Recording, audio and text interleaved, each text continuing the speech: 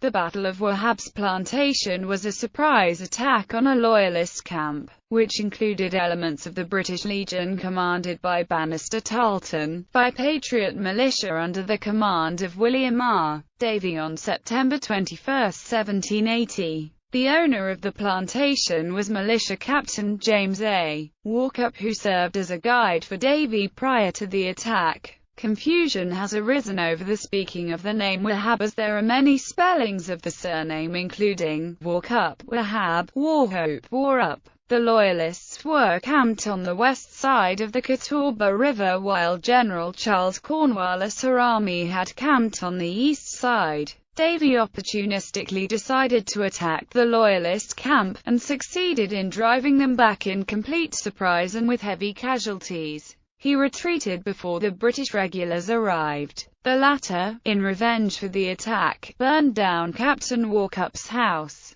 Background: pursuant to the British Southern strategy for winning the American Revolutionary War, British forces had captured Charleston, South Carolina early in 1780, and had driven Continental Army forces from South Carolina. Following his successful routing of a Second Continental Army at Camden in August 1780, British General Lord Cornwallis paused with his army in the Waxhaws region of northern South Carolina. Believing British and Loyalist forces to be in control of Georgia and South Carolina, he decided to turn north and address the threat posed by the Continental Army remnants in North Carolina. In mid-September he began moving north towards Charlotte, North Carolina. Cornwallis' movements were shadowed by companies of North Carolina militia. One force under Thomas Sumter stayed back and harassed British and Loyalist outposts in the South Carolina backcountry, while another,